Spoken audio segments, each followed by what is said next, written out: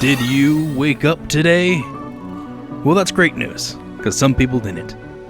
This is Astro Bot, and we're back again in space, just picking up right where we left off.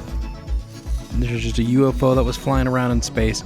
I'm messing with these little star things. I don't know what they are.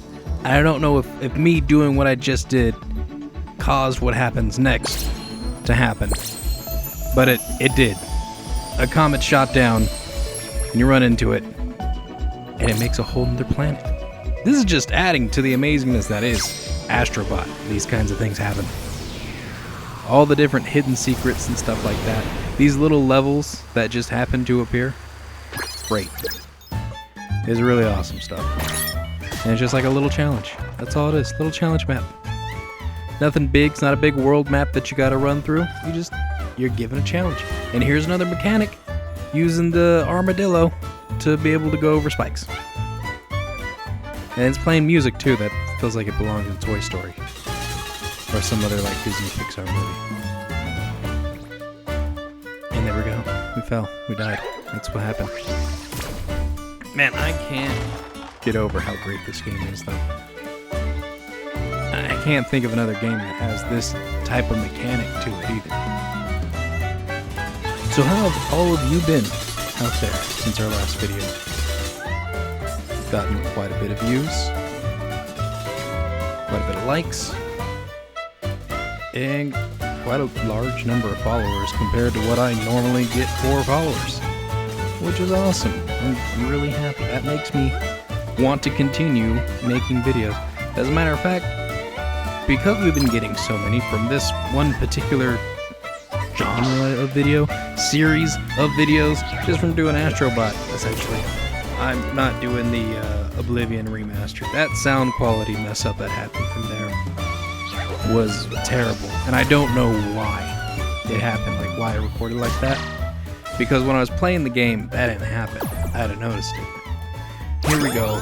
VIP Bot rescued Aspirational Cat. I don't know. I have no idea what that character's from. I had to look it up when I got it, and apparently it was a Japanese exclusive game for PlayStation. Or maybe it was an accessory, like that little memory card thing. I should have looked it up before I started doing this video. But we're going to go to Aztec Trial, which is the title of this video, and the main reason for doing this. It only took like not even 6 minutes, a couple minutes to do that first part there. So I didn't want to make that the video, even though I kind of wanted to use the title of that planet as the video. But we're going right into the main story. We're just going to go off with another amazing stage song and another game mechanic. A little cut there. Did you notice that? Did you see the little jump there? I try to make them subtle, but it's easy to tell if you pay close enough attention, or if I just tell you outright. That's where it is. What games have you all been playing? I've heard Expedition 33 is really good. I hope to play that at some point. I just got the Capcom Fighting Collection 2. Have yet to play it, but I got it for the PlayStation 4 versus getting it for the Switch. It just turns out that there's better graphics on the PlayStation than there is on the Switch. Who would have guessed? But now they're going to have the Switch 2 out, and they're going to be bringing graphics to what the other consoles are doing. Not better, just, I guess, better than themselves. But the same as all the other consoles. So, improvements? Maybe? Question mark? Not sure. Here we go. New mechanic. We got frogs for fists now. And we can pummel these little gold foil doors here. Boom. Stretchy arms. Look at that. Bam! All these things, they have so many of these different types of mechanics in the different stages too. And then you'll forget that something was a mechanic, and you'll go to a stage and you'll have it again, and you'll be like, oh yeah, this! I remember this. I have been participating in Disney Dreamlight Valley. They have a event going on right now with the Cheshire Cat appearing. And you can unlock special furniture stuff if you go and do the event. That's kind of how Disney Dreamlight is. Participate in their events, you get the special kinds of clothing and furniture. It's a little Disney cozy game. It's Animal Crossing, but with Disney characters. It has a wonderful main story. It's you. You are the character. You're the main character. And as a kid, you always visit Disney Dreamlight Valley. And then you left. And then all the bad things happened because you left. And because you forgot who the Disney characters were. So it really guilts you in if you're an adult playing that game. It makes you go, hey, remember when you were a kid, things were amazing and everybody was great here? Well, guess what? You grew up and now it's not. That's what the game teaches you. That's the main story. That's a great main story. I recommend it. We get Crash Bandicoot. Crash Bandicoot was the one who I thought was going to be like, that's PlayStation's mascot. That is PlayStation's Mario. Because he appeared in every PlayStation commercial for PlayStation 1, which was probably like 2 or 3.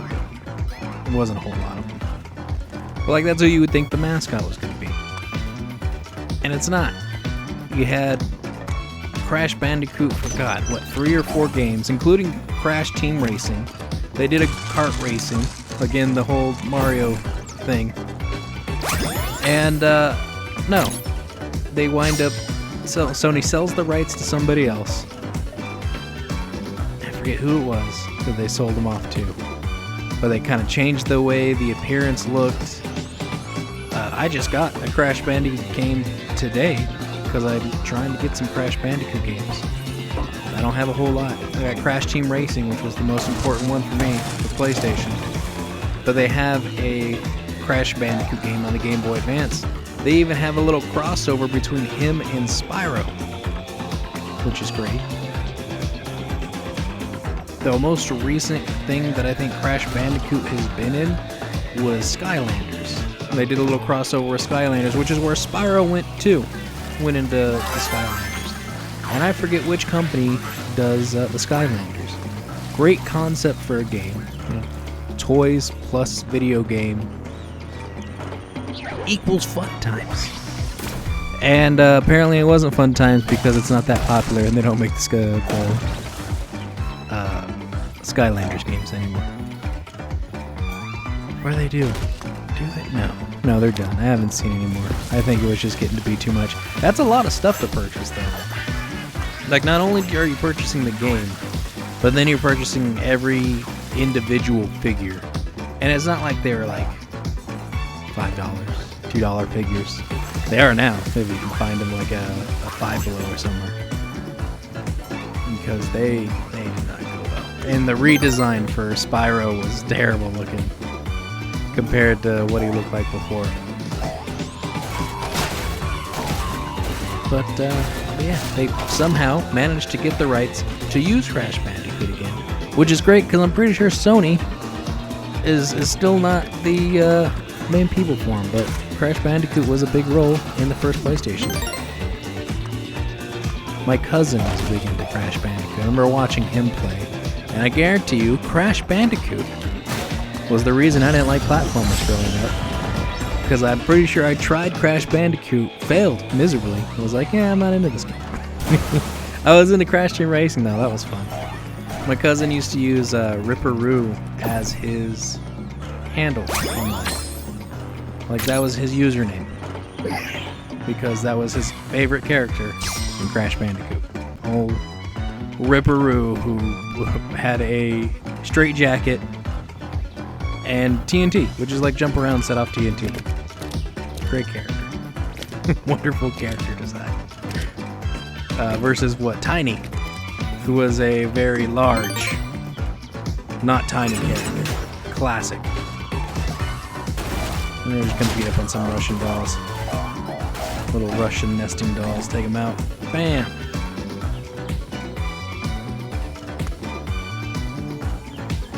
But yeah, God, Crash Bandicoot games now are everywhere. Got them for the Game Boy Advance, got them for PlayStation, Xbox. I think they did the Insane trilogy when they kind of redid the first 3 games. That I can get on Steam, I believe. Going back and trying to get them. And all I've got is Crash Team Racing. I think that's it. I think that's what I have in the Game Boy Advance game that I just got. Which is Crash Bandicoot, The Huge Adventure. No idea when I'm going to get around to playing the game, but I have it.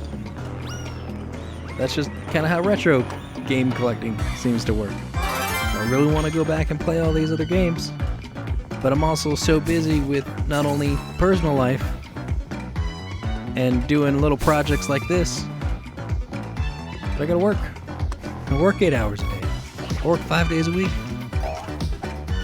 Playing video games after I get off work, though, great. The only problem is that the games that I'm playing aren't the retro games that I'm buying. Unless you count Metal Gear Portable Ops for the PSP. That I haven't played. I've gotten free for it. I was looking up, because they had passwords on there, so I was looking to see if they had like any exclusive character that you get using the password. Maybe they give you a different type of snake or something like that. And it's the enemies from the game you can actually get to be on your team. But here's the catch. You can use the password to get those characters.